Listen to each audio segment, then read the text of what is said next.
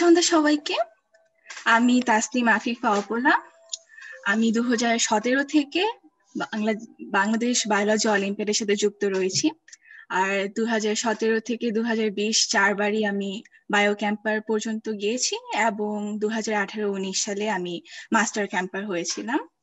তো আজকে আমরা বায়োকেমিস্ট্রির ব্যাপারে একটি প্রবলেম সলভ করছি। আচ্ছা, তাহলে আমরা শুরু করি আজকের মতো। আমাদের আজকের টপিক হচ্ছে বায়োকেমিস্ট্রি। আমরা পড়ছি একটা সেলুলার রেসপিরেশন নিয়ে প্রবলেমের ব্যাপারে আমরা আজকে পড়ব। আচ্ছা, তাহলে শুরু করা যাক। এই প্রবলেমটি ইন্টারন্যাশনাল বায়োলজি অলিম্পিয়াডেরই একটি প্রবলেম। তোমরা নিশ্চয়ই দেখা পাচ্ছ।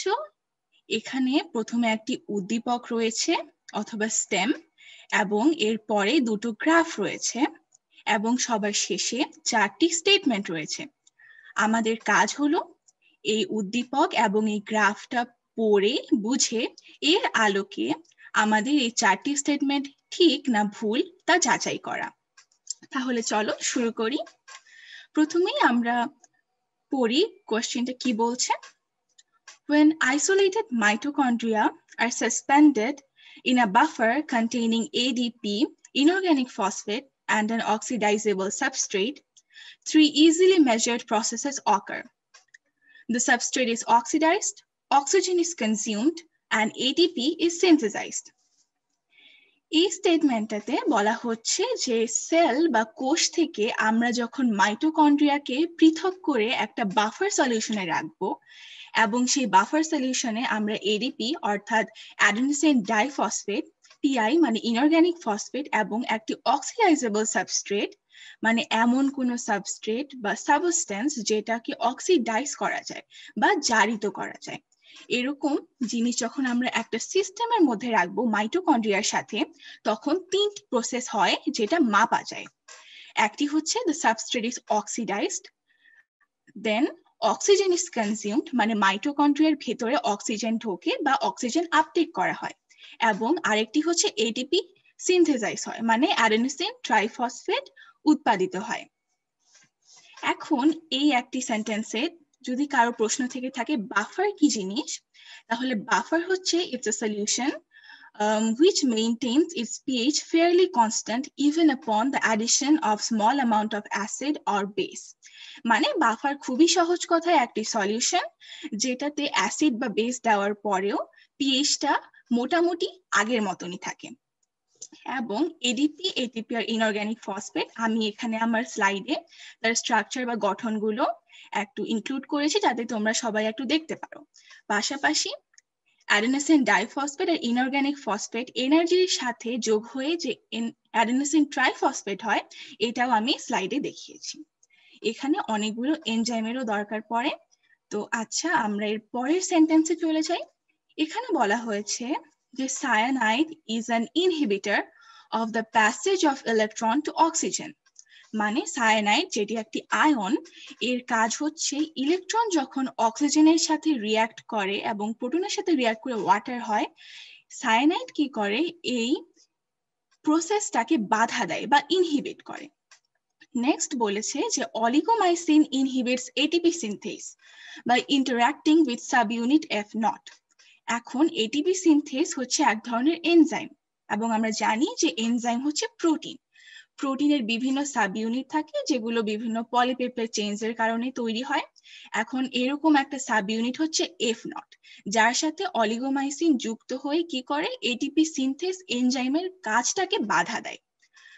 Next, we have 2,4-dinitrophenol বা DNP, which can diffuse readily across mitochondrial membrane and release a proton into the matrix, thus dissipating the proton gradient. এখন ডিএনপি বলে আরেকটি মলিকিউলের কথা বলা হয়েছে যেটি কি করে মাইটোকন্ড্রিয়াল মেমব্রেনের যে দুটো স্তর রয়েছে সেই দুটো স্তর পার করে মাইটোকন্ড্রিয়াল মেমব্রেনের মধ্যে খুব সহজে ঢুকে যেতে পারে, এবং মেট্রিক্সে গিয়ে সে কি করে একটা প্রোটন বা হাইড্রোজেন আয়ন রিলিজ করে। এখন এর ফলে কি হয়, মাইটোকন্ড্রিয়ায় যে প্রোটন গ্রেডিয়েন্টটা তৈরি হয় সেটা কমে যায় বা ডিসিপেট হয়। এখন শেষের যে 3টি সেন্টেন্স আছে, যারা একটু আমাদের বড় বন্ধু যারা আছে বা এ লেভেল এইচএসসি তে পড়ে বা ইকুইভ্যালেন্ট কোনো মিডিয়ামে, তাদের ক্ষেত্রে এইটুকু পড়েই বুঝে ফেলা সম্ভব যে এটি আসলে এরোবিক রেসপিরেশন বা সবাত শ্বসনের আমরা অক্সিডেটিভ ফসফোরাইলেশনের ব্যাপারে কথা বলছি। কিন্তু আমাদের তো ছোট বন্ধুরাও রয়েছে যেরকম ও লেভেল বা এসএসসির, তাদের জন্য বা তাদের বোঝার জন্য আমি খুবই সিম্পল ভাবে এই এরোবিক রেসপিরেশনের যেই সব ধাপগুলো আছে সেগুলো বোঝানোর চেষ্টা করব। দিয়ে অক্সিডেটিভ ফসফোরাইলেশনটা আমরা একটু ভালো করে পড়েই এই প্রশ্নটা সলভ করব। আচ্ছা, তাহলে এরোবিক রেসপিরেশনকে খুবই সিম্পল ভাবে যে ইকুয়েশনটা দিয়ে আমরা রিপ্রেজেন্ট করি সেটা হচ্ছে গ্লুকোজ এবং অক্সিজেন এই দুটো বিক্রিয়া হয়ে বিভিন্ন সব এনজাইমের মাধ্যমে কার্বন ডাইঅক্সাইড ওয়াটার তৈরি হয় এবং এনার্জি রিলিজ হয়। এই এনার্জিটা এই যে আমরা দেখছি এটিপি, এই এটিপির মধ্যে লগ বা স্টোর হয়। এখন এটুকু জানলেই হবে না, আমাদের আরেকটু গভীরে যেতে হবে। তো এরোবিক রেসপিরেশন বা সবাত শ্বসনের 4টি ধাপ রয়েছে। প্রথম ধাপ হলো গ্লাইকোলাইসিস, তারপরে লিঙ্ক রিঅ্যাকশন, এরপরে ক্রেবস সাইকেল এবং সবার শেষে অক্সিডেটিভ ফসফোরাইলেশন। আমাদের মূল যেই ধাপটার প্রয়োজন সেটি হচ্ছে অক্সিডেটিভ ফসফোরাইলেশন। এটি হচ্ছে আমাদের কোয়েশ্চেনে টেস্ট করা হবে। আচ্ছা, তাহলে সবার প্রথমে আমরা গ্লাইকোলাইসিসটা খুব সহজভাবে বোঝাবো। আমি আগেই বলে দিই, গ্লাইকোলাইসিস লিঙ্ক রিঅ্যাকশন এবং ক্রেবস সাইকেল এই তিনটি অনেকগুলো ধাপ দ্বারা গঠিত। আমাদের এতগুলো ধাপ না জানলেও হবে, তাই খুবই সহজ যে ডায়াগ্রামগুলো আছে আমি সেগুলো স্লাইডে ইনক্লুড করেছি। এখন গ্লাইকোলাইসিসে আমরা দেখছি যে glucose which is also an oxidizable substrate, এটা গ্লাইকোলাইসিসের মাধ্যমে দুটো পাইরুভেট মলিকিউলে পরিণত হচ্ছে। এখানে আমাদের জানার কাজ হলো এই যে এনএডি, দুটো এনএডি প্লাস মলিকিউল আমরা দেখছি, এগুলো রিডাকশন বা বিজারণ হয়ে 2NADH প্লাসে পরিণত হচ্ছে। এটাই আমাদের পরে অক্সিডেটিভ ফসফোরাইলেশনের দরকার পড়বে। এরপরে আমরা নেক্সট স্লাইডে চলে যাই, এটা হচ্ছে লিঙ্ক রিঅ্যাকশন। আমরা একটু আগেই দেখলাম যে পাইরুভেট তৈরি হয়েছে, সেটি একটা 3 কার্বন মলিকিউল। এখন এখানেও বিভিন্ন ধাপ, বিভিন্ন ধরনের রিঅ্যাকশন, বিভিন্ন এনজাইমের পরে অ্যাসিটাইল কোএনজাইম তৈরি হয়। এখানেও আমাদের যেটা জানতে হবে, জাস্ট লাইক গ্লাইকোলাইসিস, এখানেও এনএডি মলিকিউলটা কিন্তু রিডিউস হয়ে যাচ্ছে, রিডিউসড এনএডি বা NADH2 হচ্ছে।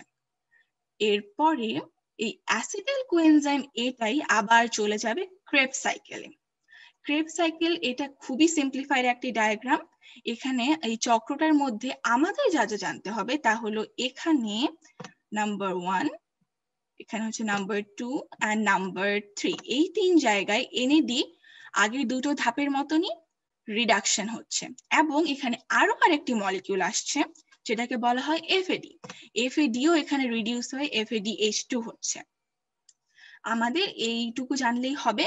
আমাদের এরপরে আমরা অক্সিডেটিভ ফসফোরাইলেশনের আগে মাইটোকন্ড্রিয়ার স্ট্রাকচারটা একটু পড়ে নিই। মাইটোকন্ড্রিয়ার স্ট্রাকচারের মধ্যে আমি শুধু সেইগুলোই লেবেল করেছি যেগুলো আমাদের এই প্রবলেমটার জন্য দরকার। প্রথমেই আউটার মেমব্রেন এবং ইনার মেমব্রেন। আমরা জানি যে মাইটোকন্ড্রিয়ার দুটো মেমব্রেন রয়েছে, একটি আউটার একটি ইনার। দুটোর মধ্যে রয়েছে ইন্টার মেমব্রেন স্পেস। আর ইনার মেমব্রেনটা অনেক ফোল্ডিং বা ভাঁজ আছে যেটাকে আমরা ক্রিস্টি বলি। অ্যান্ড ইনার মেমব্রেনের মধ্যে যে একটা কমপ্লেক্সের মতো আছে এটাকে বলা হয় মেট্রিক্স। আমাদের এতটুকু জানলেই হবে। তাহলে চলো অক্সিডেটিভ ফসফোরাইলেশনটা আমরা ভালো করে বুঝি। এখন অক্সিডেটিভ ফসফোরাইলেশনের জন্য আমাদের একেবারে মাইটোকন্ড্রিয়ার কোথায় যেতে হবে? Inner mitochondrial মেমব্রেনে।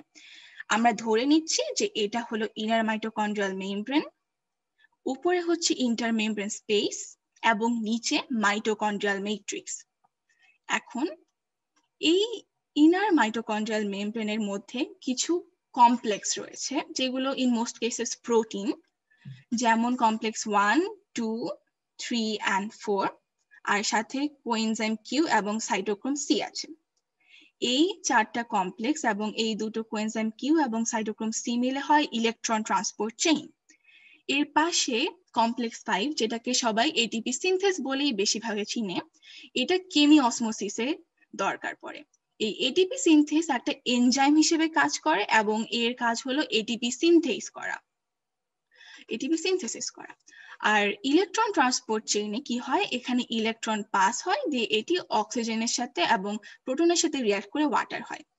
তো ইলেকট্রন ট্রান্সপোর্ট চেইন এবং কেমিওসমোসিস এই দুটো মিলেই অক্সিডেটিভ ফসফোরাইলেশন। আচ্ছা, তাহলে আমরা যে এতক্ষণ গ্লাইকোলাইসিস, লিঙ্ক রিঅ্যাকশন আর ক্রেবস সাইকেলে পড়লাম যে এনএডি রিডিউস হচ্ছে, এফএডি রিডিউস হচ্ছে, এখন এইগুলো কি হচ্ছে মাইটোকন্ড্রিয়াল ম্যাট্রিক্সে আসে জমা হয়। এখানে NADH কমপ্লেক্স 1 এর কাছে এসে অক্সিডাইজ হয়ে NAD+ হয়ে যায় আবার আগের মতো, এবং এই NAD+ টা রিসাইকেল করা হয়।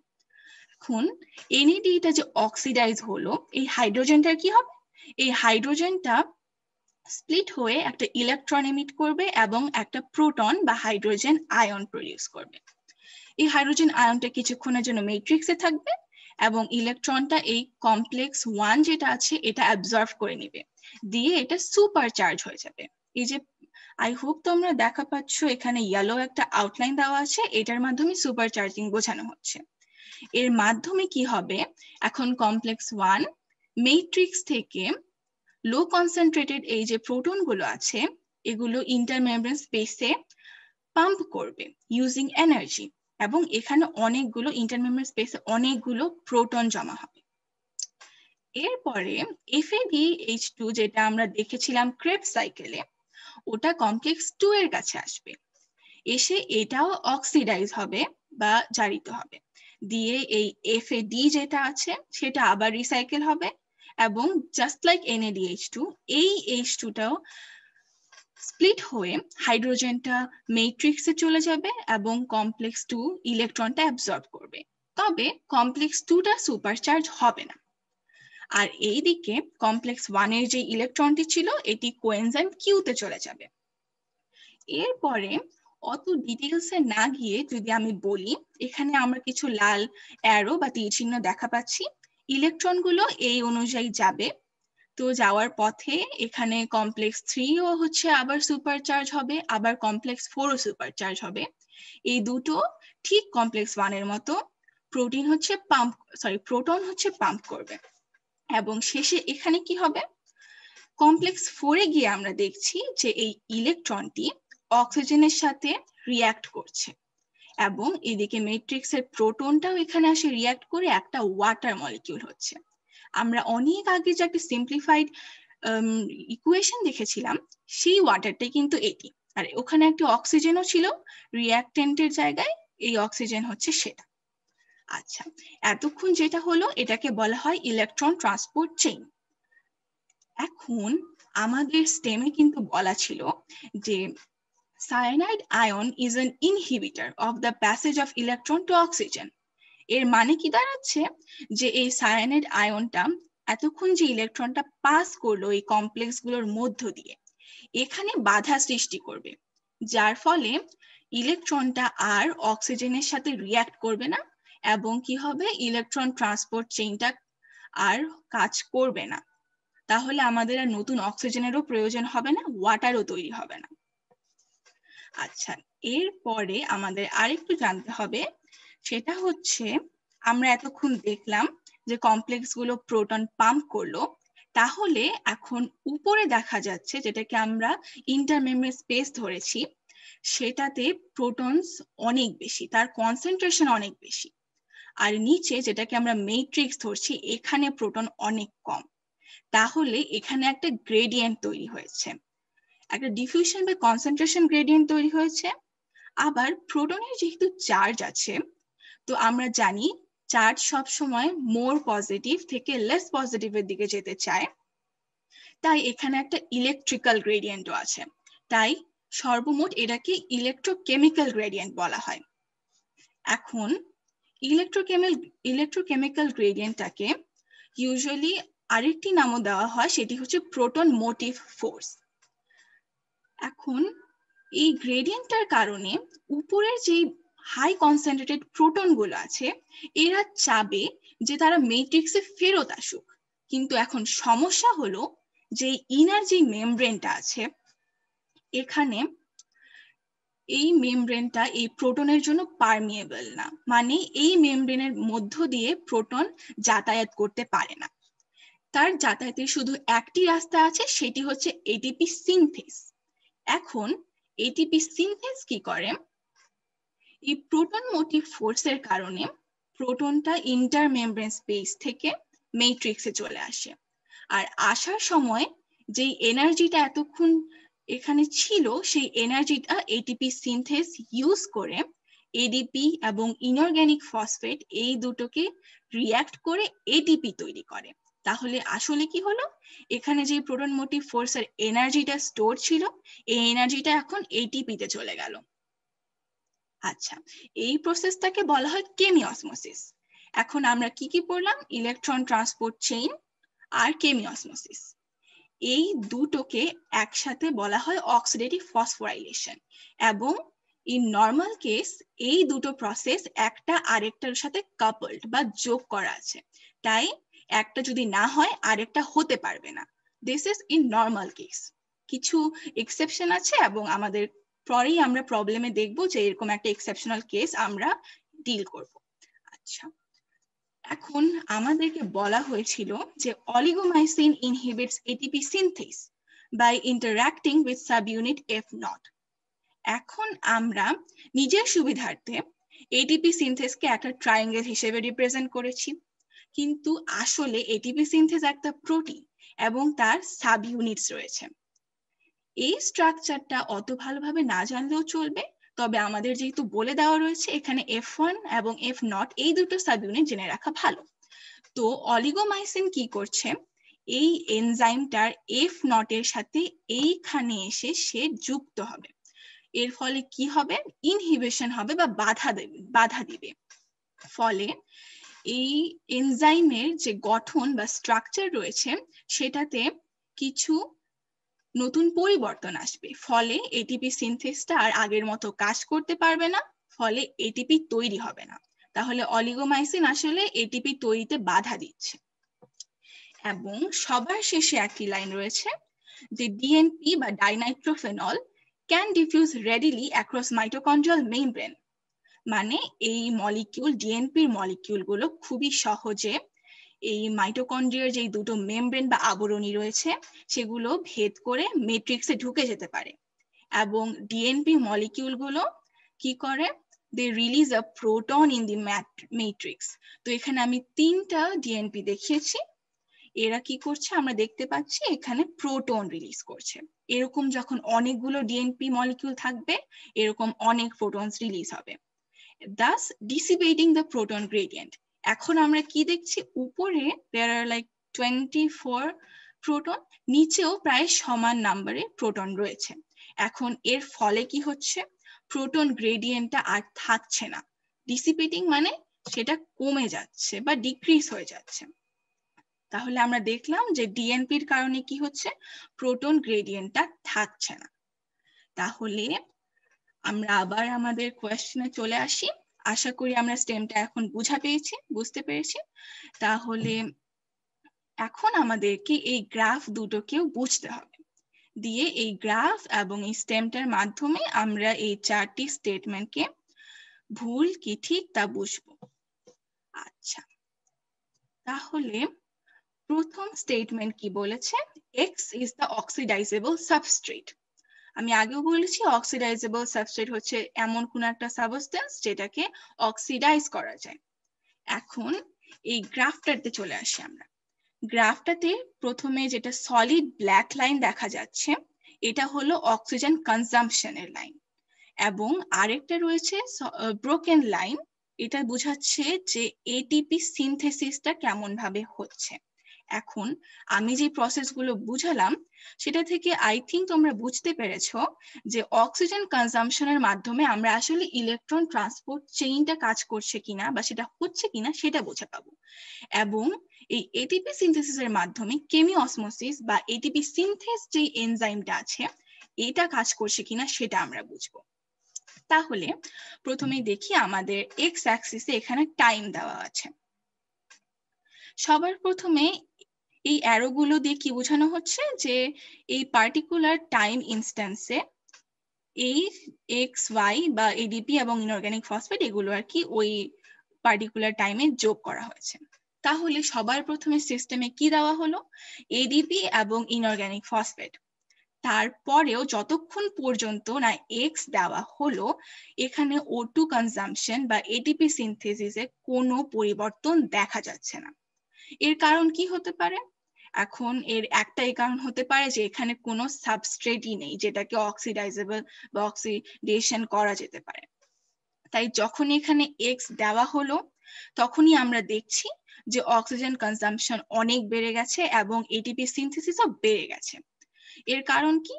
যেহেতু একটা সাবস্ট্রেট আমরা পেয়েছি, তার কারণে এখন মাইটোকন্ড্রিয়া কি করছে? ওখানে ইলেকট্রন ট্রান্সপোর্ট চেইন হচ্ছে, যার কারণে আমাদের অনেক অক্সিজেন প্রয়োজন হচ্ছে। আবার এইদিকে সেল হচ্ছে, সরি সেল না, মাইটোকন্ড্রিয়া, সেটাতে এটিপি সিনথেসিস করছে বা এটিপি প্রডিউস করছে, যার কারণে আমাদের এটিপিও তৈরি হচ্ছে। তাই এই দুটোই এখানে আসলে গ্রাফে দেখা যাচ্ছে। তাহলে এই সেন্টেন্সটা বা এই স্টেটমেন্টটা আসলে সত্যি বা ট্রু, কারণ X is actually the oxidizable substrate. আচ্ছা অপলা, আমি যদি একটু ইন্টারাপ্ট করি, এখানে সাবস্ট্রেট বলতে তো আমরা যেমন গ্লুকোজ মানে এই ধরনের সাবস্টেন্সকে বুঝতে পারি না, যেটাকে জারিত করে তোমার এটিপি তৈরি করা যায়। জি, ওকে, থ্যাংক ইউ। ওকে, আচ্ছা তাহলে আমরা এর পরের স্টেটমেন্টে চলে যাই। এখানে বলা হচ্ছে যে Y may be oligomycin or cyanide. এখন এর মানে Y অলিগোমাইসিনও হতে পারে, সায়ানাইডও হতে পারে। আমরা X পর্যন্ত গ্রাফটাকে পর্যবেক্ষণ করেছি, এখন আমাদেরকে Y এ যেতে হবে। Y এ যখন আমরা এই সিস্টেমে যখন Y অ্যাড করা হচ্ছে বা যোগ করা হচ্ছে, তখন আমরা দেখছি যে কিছুক্ষণের মধ্যে অক্সিজেন কনজাম্পশন এবং ATP সিনথেসিস এই দুটো কমে যাচ্ছে। এই লাইনটা প্রায় টাইম অ্যাক্সেসের সাথে সমান্তরাল হয়ে যাচ্ছে, যার মানে রেটটা আসলে 0 হয়ে যাচ্ছে ধীরে ধীরে। আচ্ছা, আমাদেরকে কি বলা হয়েছিল? যে oligomycin inhibits ATP synthase by interacting with F0 subunit. তাহলে যদি অলিগোমাইসিন F0 এর সাথে রিঅ্যাক্ট করে, রিঅ্যাক্ট না মোট ইন্টারঅ্যাকশন থাকে, তাহলে কি হবে? এই স্ট্রাকচারটা চেঞ্জ হয়ে যাবে, যার ফলে ATP সিনথেস আর ATP সিনথেসিস বা উৎপাদন করতে পারবে না। তাহলে সেটি কিন্তু আমরা এখানে গ্রাফে দেখছি, এই যে এই পোরশনটাতে, যে এটা কমে গিয়েছে। এখন আমরা একটু আগে জানলাম যে ATP সিনথেস আর ইলেকট্রন ট্রান্সপোর্ট চেইন কাপলড। তাহলে যদি ATP সিনথেস কাজ না করে, ইলেকট্রন ট্রান্সপোর্ট চেইনও কাজ করবে না। এখন এর কারণ কি? যখন ATP সিনথেস হয়, ATP সিনথেস কাজ করে এবং ATP তৈরি হয়, তখন এই প্রোটনটা ইন্টারমেমব্রেন স্পেস থেকে নিচে ম্যাট্রিক্সে আসে। এর ফলে একটা গ্রেডিয়েন্টটা ঠিক মতো থাকে। কিন্তু যখন এটা হচ্ছে না, এই গ্রেডিয়েন্টটা একসময় এত বেশি হাই হয়ে যায় যে কমপ্লেক্স 1 যতই সুপারচার্জ হোক না কেন, এর ফলে আর প্রোটন পাম্প করা সম্ভব হয় না। সো ইভেনচুয়ালি ইলেকট্রন ট্রান্সপোর্ট চেইনটাও বন্ধ হয়ে যায়, ফলে অক্সিজেন কনজাম্পশনও কমে যায় এবং ইভেনচুয়ালি ওটাও বন্ধ হয়ে যায়। সো এখানে আমরা সেটা দেখা পাচ্ছি যে Y এ এই যে অক্সিজেন কনজাম্পশনের এই জায়গাটুকু, এটাও আস্তে আস্তে কমে যাচ্ছে। তাহলে হ্যাঁ, এই পর্যন্ত আমরা বুঝলাম যে অলিগোমাইসিন Y হতে পারে। এখন আমাদের সায়ানাইডটাও টেস্ট করে দেখতে হবে। সায়ানাইড কি করবে বলেছে? যে ইলেকট্রন ট্রান্সপোর্ট চেইনে কমপ্লেক্সে যখন ইলেকট্রনস গুলো পাস করছে, তখন এটা ওখানে বাধা দিবে। এর ফলে কি হবে? ইলেকট্রন ট্রান্সপোর্ট চেইনটা থেমে যাবে, অক্সিজেনের আর দরকার পড়বে না, আর এইদিকে প্রোটন গুলো আর গ্রেডিয়েন্ট ফর্ম করার জন্য ইন্টারমেমব্রেন স্পেসে যাবে না। তাহলে আমাদের ইলেকট্রন ট্রান্সপোর্ট চেইন বন্ধ হয়ে গেল। তাহলে অক্সিজেন কনজাম্পশনও কমে যাওয়ার কথা, যেটা আমরা একটু আগেই দেখলাম অলিগোমাইসিনে যেমন হয়েছিল। এখন প্রোটন গ্রেডিয়েন্ট তৈরি না হলে ATP সিনথেসের কাছে কোনো প্রোটন মোটিভ ফোর্স থাকছে না, তার কাছে কোনো এনার্জি নাই যেটা দিয়ে সে ADP আর ইনঅর্গানিক ফসফেটকে যোগ করে ATP বানাতে পারবে। এর ফলে ATP সিনথেসিসও হবে না। তাহলে সেটাই আমরা এখানে দেখছি এই গ্রাফটাতে, একদম Y যখন অ্যাড হলো, যে এখানে অক্সিজেন কনজাম্পশন কমে যাচ্ছে, ATP সিনথেসিসও কমে যাচ্ছে। তাহলে হ্যাঁ, ওয়াই হচ্ছে তাহলে সায়ানাইডও হতে পারে, অলিগোমাইসিনও হতে পারে। তাহলে এই স্টেটমেন্টটাও ট্রু। আচ্ছা, এরপরে আমাদেরকে সেকেন্ড যে গ্রাফটা ছিল গ্রাফ বি সেটা দেখতে হবে। আমাদের স্টেটমেন্ট সি কি বলছে? Z is DNP। এখন Z আসলে ডিএনপি কি না সেটা জানার আগে আমরা এই গ্রাফটাকে একটু অ্যানালাইজ করি। এখানে প্রথমে সাকসিনেট দেওয়া হলো সিস্টেমের মধ্যে। সাকসিনেট দেওয়ার পরেও এই দুটো প্রসেসের মধ্যে কোনো পরিবর্তন দেখা যাচ্ছে না। সাকসিনেটও একটি অক্সিডাইজেবল সাবস্ট্রেট। এখন এখানে এডিপি এবং ইনঅর্গানিক ফসফেট এতক্ষণ ছিল না বলেই আসলে কোনো পরিবর্তন হয়নি। যখন এই তার মানে অপোলা সাকসিনেটও গ্লুকোজের মতো, তাই না? সাকসিনেটকে জারিত করেও হচ্ছে এটিপি তৈরি করা যায়। হ্যাঁ, একেবারেই প্রায় সেম ধরনেরই মলিকিউলস, দুটোই হচ্ছে অক্সিডেটিভ ফসফোরাইলেশন হয়। ওকে, এখন তাহলে এডিপি এবং ইনঅর্গানিক ফসফেট যখন আমরা যোগ করছি, তারপরে আমরা দেখছি যে এটিপি সিনথেসিস এবং অক্সিজেন কনজাম্পশন দুটোই লিনিয়ারলি বাড়ছে। এখন জেড, যেটাকে স্টেটমেন্ট সি ডিএনপি বলছে, এটা যখনই আমরা দিলাম এই সিস্টেমের মধ্যে, তখনই এটিপি সিনথেসিসটা আসলে একটা হরাইজন্টাল লাইন হয়ে গেল, মানে এটা টাইম অ্যাক্সিসের সাথে সমান্তরাল হয়ে গেল, যার মানে এটিপি সিনথেসিসের রেটটা আসলে 0 হয়ে গেল। কিন্তু জেড দেওয়ার পরেও অক্সিজেন কনজাম্পশনটা ঠিক আগের মতোই আছে, বরং বাড়ছে, একটা সেম গ্রেডিয়েন্টেই বাড়ছে। এখন কথা হলো, আমি একটু আগে বলেছিলাম যে এটিপি সিনথেস আর এই বাকি 4টা যে কমপ্লেক্স রয়েছে এগুলো আসলে কাপলড। এখন একটা না হলে অন্যটাও হওয়ার কথা না, কিন্তু এই গ্রাফে আমরা দেখছি যে একটা হচ্ছে কিন্তু অন্যটা হচ্ছে না। এখন এর কারণ হচ্ছে ডিএনপি মলিকিউল। ডিএনপি মলিকিউলকে ডিকাপলিং এজেন্টও বলা হয়। যদিও এই পার্টিকুলার টার্মটা না জানলেও হবে, ডিএনপি আসলে কি করে এটা দেখলেই আমরা আসলে এটা বুঝতে পারবো। ডিএনপি যেহেতু ম্যাট্রিক্সে অনেক প্রোটনস রিলিজ করে, এর ফলে কি হয়, এখানে কোনো প্রোটন গ্রেডিয়েন্ট তৈরি হয় না, তাই এটিপি সিনথেস এখানে কোনো এনার্জি পাচ্ছে না যার মাধ্যমে সে আসলে এটিপি উৎপাদন করবে। তাই যখন ডিএনপি দেওয়া হচ্ছে, কোনো গ্রেডিয়েন্ট না থাকার দরুন এটিপি সিনথেস কাজ করছে না, মানে কোনো এটিপি তৈরি হচ্ছে না। তাহলে এই গ্রাফে আমরা ঠিক সেটাই দেখছি যে এই লাইনটা স্ট্রেইট হয়ে গিয়েছে, একেবারে হরাইজন্টাল, মানে রেট 0, এটিপি সিনথেসিস হচ্ছে না। এখন ইলেকট্রন ট্রান্সপোর্ট চেইনটা কেন কাজ করছে? এর কারণ হলো ইলেকট্রন ট্রান্সপোর্ট চেইনের কাজ একটাই, বলতে গেলে সেটা মূল কাজ এটাই যে সে একটা প্রোটন গ্রেডিয়েন্ট তৈরি করবে। এখন প্রোটন কিন্তু গ্রেডিয়েন্ট একদমই নেই, তার কাজ হচ্ছে প্রোটন গ্রেডিয়েন্ট তৈরি করা, সে তার কাজ আগের মতনই করবে। ইলেকট্রনস অ্যাজ ইউজুয়াল কমপ্লেক্স 1-এ আসবে, এই সব কমপ্লেক্স গুলো যাবে, অক্সিজেনের সাথে রিঅ্যাক্ট করবে, ওয়াটার হবে, তাই আমাদের আরো অক্সিজেন দরকার হবে, তাই মাইটোকন্ড্রিয়া আবার অক্সিজেন কনজিউম করবে। তাই এখানে এই লাইনটা অ্যাজ একদম লিনিয়ার আছে, এখানে অক্সিজেন কনজাম্পশনের রেট আগের মতনই আছে। তাহলে ডিএনপি আসলে কি করলো, এই দুটো প্রসেসকে আলাদা করে দিল, কারণ সে ম্যাট্রিক্সের মধ্যে অনেকগুলো প্রোটন দিতে পারছে। তাহলে হ্যাঁ, আমরা এখন যা দেখলাম সে অনুযায়ী Z is DNP। তাহলে এই স্টেটমেন্টটাও ট্রু। আচ্ছা, এবার আমরা চলে আসবো আমাদের সেই স্টেটমেন্টে। এখানে বলা হচ্ছে যে if Z is a mixture of oligomycin and DNP, the trend of each line in the figure B is not changed। মানে জেড যদি অলিগোমাইসিন এবং ডিএনপি দুটোর একটা মিক্সচার হয়, তাহলেও গ্রাফ বি এ কোনো পরিবর্তন হবে না। তাহলে আমরা স্টেটমেন্ট সি তে দেখলাম ডিএনপি যোগ হলে কি হয়, আমাদের সেটা মাথায় রাখতে হবে। তার পাশাপাশি অলিগোমাইসিন কি করে সেটা আরেকবার আমরা দেখি। অলিগোমাইসিন হচ্ছে এফ নট সাব ইউনিটের সাথে যোগ হয়ে এটিপি সিনথেস কে বাধা দেয়, এটা আমরা আগেও দেখেছি।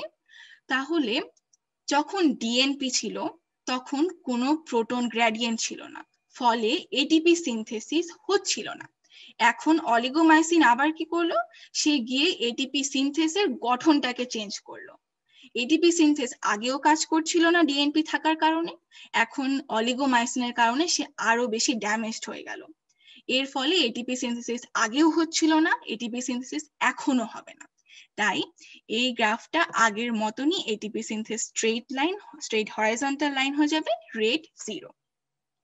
এখন অলিগোমাইসিন আসলে ইলেকট্রন ট্রান্সপোর্ট চেইনে কোনো বাধা দিবে না, কারণ ডিএনপি থাকার কারণে এই দুটো প্রসেস ডিকাপলড হয়ে গিয়েছে, একটা আরেকটা ছাড়া এখন চলতে পারে। আগের মতনই মানে স্টেটমেন্ট সি এর মতনই এখনো এই কমপ্লেক্সটা ইলেকট্রন ট্রান্সপোর্ট চেইন হচ্ছে চলবে এখানে, এবং অক্সিজেন প্রোটন এবং ইলেকট্রনের সাথে রিঅ্যাক্ট করে ওয়াটার হবে। তাই অক্সিজেন কনজাম্পশনটা আগের মতনই থাকবে, এবং সেটা আমরা এখানে দেখা পাচ্ছি গ্রাফটার মধ্যে। তাহলে হ্যাঁ, জেড যদি অলিগোমাইসিন এবং ডিএনপি দুটারই মিক্সচার হয়, তাহলেও আসলে এই গ্রাফ বি এর মধ্যে কোনো আমূল পরিবর্তন আমরা দেখব না। তাহলে এই স্টেটমেন্টটাও আমাদের ট্রু। তাহলে আমরা কি দেখলাম, আমাদের 4টা স্টেটমেন্টই এই প্রবলেমের জন্য সঠিক ছিল। এখন আমি যথেষ্ট চেষ্টা করেছি যে তোমরা সবাই এটা বুঝতে পারো, তবে হ্যাঁ এটা ঠিক যে যারা একটু ছোট তাদের জন্য এটা বুঝতে একটু সমস্যা হতে পারে। তোমাদের কাজ হচ্ছে আরেকটু নিজের টেক্সট বইয়ের বাহিরে গিয়ে বা পাঠ্য বইয়ের বাহিরে গিয়ে আরো বিভিন্ন বই পড়া, যার মাধ্যমে তোমরা এগুলো জানতে পারবে। যেরকম গ্লাইকোলাইসিস, লিঙ্ক রিঅ্যাকশন এবং ক্রেবস সাইকেল, এগুলো অনেক মজার জিনিস, অনেকগুলো ধাপ আছে, কিন্তু যখন পড়বে অনেক মজা লাগবে। তাহলে আমাদের কিছু ফার্দার রিডিং ম্যাটেরিয়ালস আমি যেগুলো সাজেস্ট করতে পারি, এর মধ্যে একটি রয়েছে যে প্রিন্সিপালস অফ বায়োকেমিস্ট্রি। এটি অলিম্পিয়াডের জন্য বায়োকেমিস্ট্রি, স্পেশালি বায়োকেমিস্ট্রি মডিউলের জন্য অনেক ভালো। নেক্সট ক্যাম্পবেল বায়োলজি, এই বইটির চ্যাপ্টার 9-এ আমরা আজকে যেটা পড়লাম রেসপিরেশন, এটা এই বইয়ের চ্যাপ্টার 9-এ রয়েছে, অনেক ভালো করে বোঝানো আছে। তাছাড়াও এই বইটিতে প্রায় সব বায়োকেমিক্যাল প্রসেস এবং অন্য ইকোলজি, ইথোলজি যা যা জানা সম্ভব সবকিছু এই বইটার মধ্যে আছে। এই বইটি যদি তোমরা পড়তে পারো, তোমরা অনেক কিছু জানতে পারবে। এবং শেষে আরো একটি রয়েছে জীববিজ্ঞান অলিম্পিয়াড সংকলন। অনেকে আমাকে জিজ্ঞেস করে যে প্র্যাকটিস ম্যাটেরিয়াল কোথায় পাবো, তো এই জীববিজ্ঞান অলিম্পিয়াড সংকলনে হচ্ছে এগুলো পাওয়া যায়। এখানে কিছু রিজিওনাল এবং ন্যাশনাল বায়োলজি অলিম্পিয়াডের কোয়েশ্চেন রয়েছে, যেগুলো তোমরা করতে পারো। তাছাড়াও বায়ো ক্যাম্পে যেসব ল্যাব ইনভেস্টিগেশন হয় বা ক্লাসেস হয়, সেগুলোর থিওরিও কিন্তু এই বইটিতে ব্যাখ্যা করা রয়েছে। তাই এটি কিনে তোমরা প্র্যাকটিস করতে পারো, এটি অনেক কাজে দেবে। এবং আরো একটি বই রয়েছে বায়োকেমিস্ট্রি, এই বইটিও বায়োকেমিস্ট্রির উপরেই বলতে গেলে, এটিও অলিম্পিয়াডে বেশ কাজে দেবে। তো আশা করি আজকের প্রবলেমটি তোমরা বুঝতে পেরেছো। এখন this is the question answer round. যদি কারো কোনো প্রশ্ন থাকে, কিছু বুঝতে না পারেও, অবশ্যই কমেন্টে জানাবে। Thank you so much Apala. আমরা এইমাত্র একটা অসাধারণ প্রেজেন্টেশন দেখে শেষ করলাম। আর আসলে আমি কি বলবো, আমি এখানে ওর অ্যাসিস্ট্যান্ট হিসেবে ছিলাম ওকে সাহায্য করার জন্য, কিন্তু এতই সুন্দর করে এত সহজ করে বোঝালো জিনিসটা, আমার কোনো কাজই ছিল না, কিসে যে ওকে সাহায্য করবো সেটাই আমি বুঝতে পারছি না। আচ্ছা যাই হোক, তো অপলা এটা বেশ কিন্তু কঠিন একটা সমস্যা ছিল, বিশেষ করে যারা একটু বিগিনার। অপলা এত সুন্দর করে বুঝিয়েছে। তারপর অপলা যেরকম বললো, তোমরা যারা একটু ছোট ক্লাসের আছো, তোমাদের কাছে হয়তো অনেক কিছু এখানে অজানা, তোমরা চিন্তা করো না। এই ভিডিওগুলো কিন্তু আমরা পরে ইউটিউবে আপলোড করব, তো তখন যদি তোমরা ঠান্ডা মাথায় আরেকবার দেখো, তাহলে অপলা যত সুন্দর করে বুঝিয়েছে, না বোঝার কোনো কারণই নেই। আচ্ছা, তো এখন হচ্ছে আমরা কমেন্ট বক্সে কিছু প্রশ্ন পেয়েছি, সেগুলি একটু আমাদের কাছে যতটুকু সময় আছে অপলার কাছে দিয়ে দিই। অপলা, প্রথমে একটা মজার প্রশ্ন পেয়েছি আমরা, যে তুমি যখন ইলেকট্রন ট্রান্সপোর্ট চেইনটা ব্যাখ্যা করছিলে, তুমি দেখিয়েছিলে যে কমপ্লেক্স 1 যেটা, সেটা সুপারচার্জড হবে। তো একজন প্রশ্ন করেছে কমপ্লেক্স 2 কি সুপারচার্জড হতে পারে কিনা, না হলে কেন হবে না? আচ্ছা, এখানে এটা একটা এক্সেপশন যে কমপ্লেক্স 2টা সুপারচার্জ হয় না। এর ঠিক কারণটা অনেক একটা বড় এক্সপ্লেনেশন, সেটাতে না যাই, অনেক সময় লেগে যাবে। এখানে আমরা কমপ্লেক্স 1, 2, 3, 4 দেখেছি, 1, 3 এবং 4টা সুপারচার্জ হয়। অ্যান্ড যেহেতু ওখানে কোএনজাইম কিউ রয়েছে, তার কারণে ইউজুয়ালি ওখানে কমপ্লেক্স 2টা সুপারচার্জ হয় না, ওই ইলেকট্রনটা কমপ্লেক্স 2 একেবারে কোএনজাইম কিউ কে দিয়ে দেয়, তারপরে তারা হচ্ছে কমপ্লেক্স অনুযায়ী ইলেকট্রনস গুলো পাস হয়, এনার্জি লুজ হয় এবং সেই এনার্জিটা দিয়ে প্রোটনটা পাম্প করা হয়। আশা করি বুঝাতে পেরেছি। আমি তো বুঝতে পেরেছি, আশা করি যে প্রশ্ন করেছে সেও নিশ্চয়ই যতটুকু সম্ভব বুঝতে পেরেছে। আর খুব স্পেসিফিক প্রশ্ন আমরা পাইনি, তবে আমরা একই রকমের একটা প্রশ্ন প্রায় হচ্ছে সবই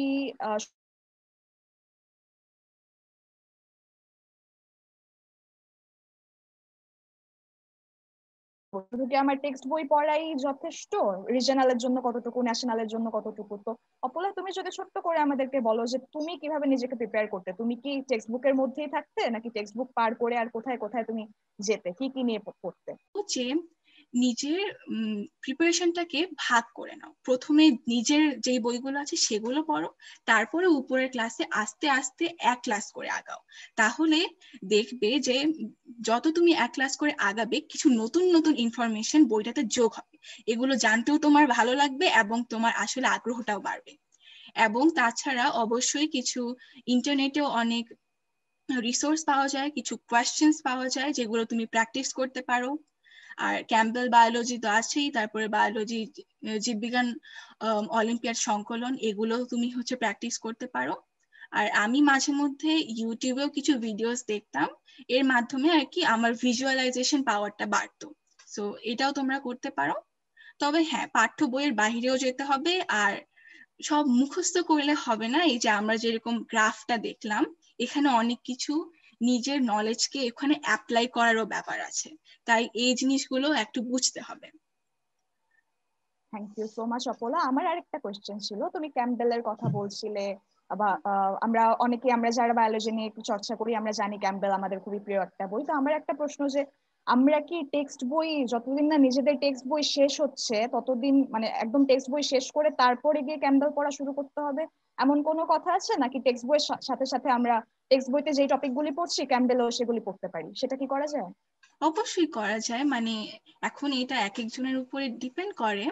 তবে হ্যাঁ, যদি একটা তোমার কোনো একটা পার্টিকুলার টপিক কারো অনেক ভালো লাগলো, অবশ্যই সেটাকে আরো ফার্দার এক্সপ্লোরেশনের জন্য অবশ্যই ক্যাম্পবেল বায়োলজি খুবই পড়া ভালো। এই বইটা অনেক ডিটেইলডে লেখা রয়েছে, এটা পড়লে অলমোস্ট এ টু জেড অনেক কিছু জানা যাবে।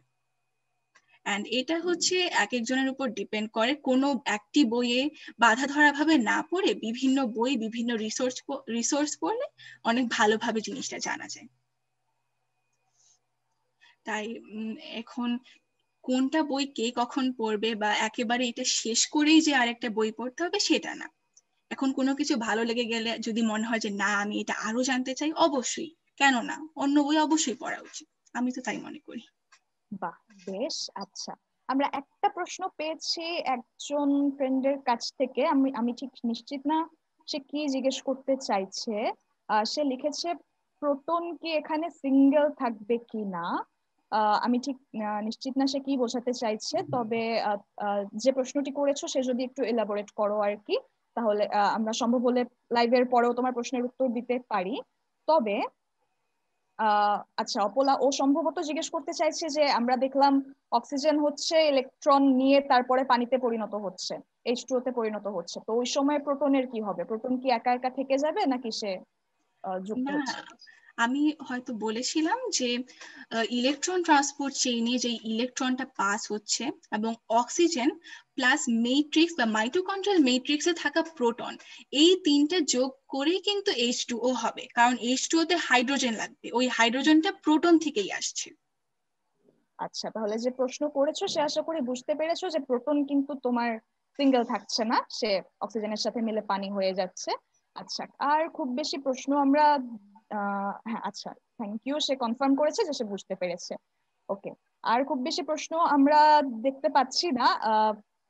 তো অপলা, তোমার কাছে এখন এই প্রশ্নটা ঠিক তোমার জন্য অ্যাপ্রোপ্রিয়েট কিনা আমি জানি না, কারণ আমার জানা মতে তুমি একজন ইংলিশ মিডিয়ামের স্টুডেন্ট। তো কিছু মানুষ হচ্ছে কিছু ফ্রেন্ড আমাদের জিজ্ঞেস করছে যে আমি ইংলিশে অতটা দক্ষ না, তো আমার বায়োলজির বেশিরভাগ ভালো ভালো বই এখনো ইংলিশে, বাংলায় খুব বেশি রিসোর্স আমাদের নেই।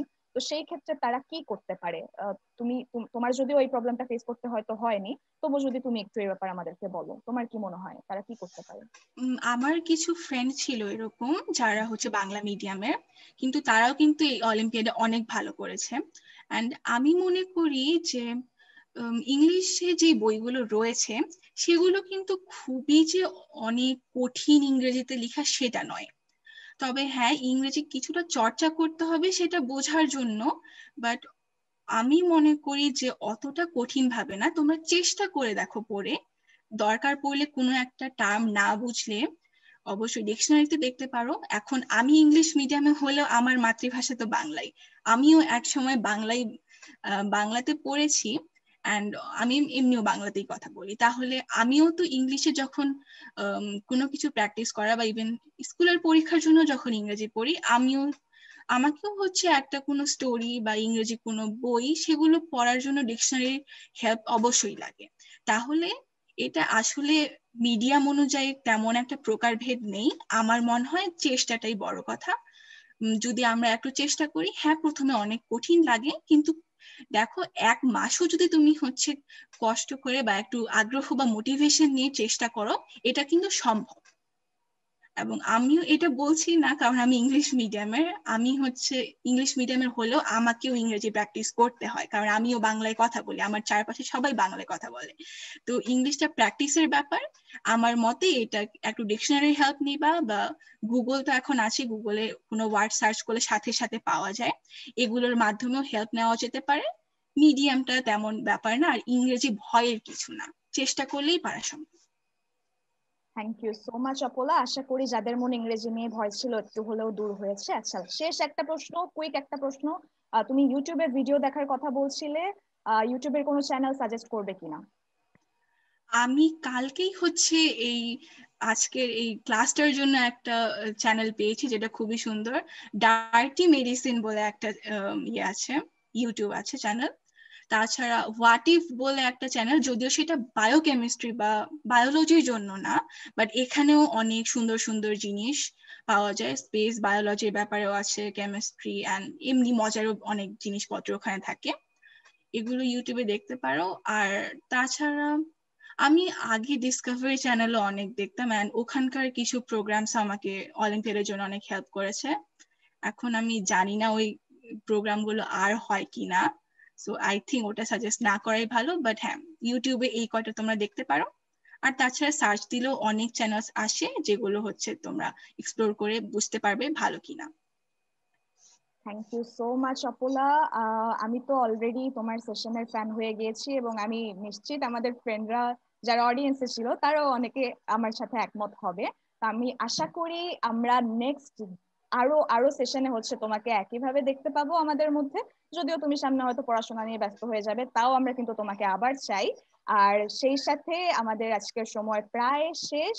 যারা কিছু কিছু প্রশ্নের হয়তো উত্তর পাওনি, আমরা খুবই সরি, আমাদের সময় স্বল্পতার কারণে উত্তর দিতে পারছি না। আমরা চেষ্টা করব যে কোনো ভাবে পরে তোমাদের কাছে উত্তরগুলো পৌঁছে দিতে। আর অবশ্যই কালকে একই সময়ে আরেকটি লাইভ প্রবলেম সলভিং সেশনের জন্য আমাদের পেজে প্রেজেন্ট থাকতে ভুলবে না। তো সেই সাথে অপলাকে থ্যাংক ইউ জানিয়ে আমরা আমাদের সেশন শেষ করতে চাই। অপলা, তুমি কি আর কিছু বলতে চাও আমাদের অডিয়েন্সের জন্য? সবাইকে অনেক ধন্যবাদ, এবং অবশ্যই বায়োলজি চর্চা করো, অনেক ভালো লাগবে। এবং অবশ্যই বায়োলজি অলিম্পিয়াডে অংশগ্রহণ করো, অনেক কিছু শিখতে পারবে। আমি 4 বছর থেকে আছি, আমি অনেক কিছু শিখেছি, এবং ইভেন্চুয়ালি আমি ইউনিভার্সিটিতেও এই বায়োকেমিস্ট্রি নিয়েই পড়াশোনা করব। এখন হতে পারে তোমরাও এরকম এভাবেই নিজের প্যাশন খুঁজে পাও, বা অনেক নতুন কিছু শেখার আছে। আর কালকের সেশনের জন্য অবশ্যই আসবে, অনেক নতুন কিছু শিখতে পারবে। ধন্যবাদ সবাইকে। Thank you, bye bye. By.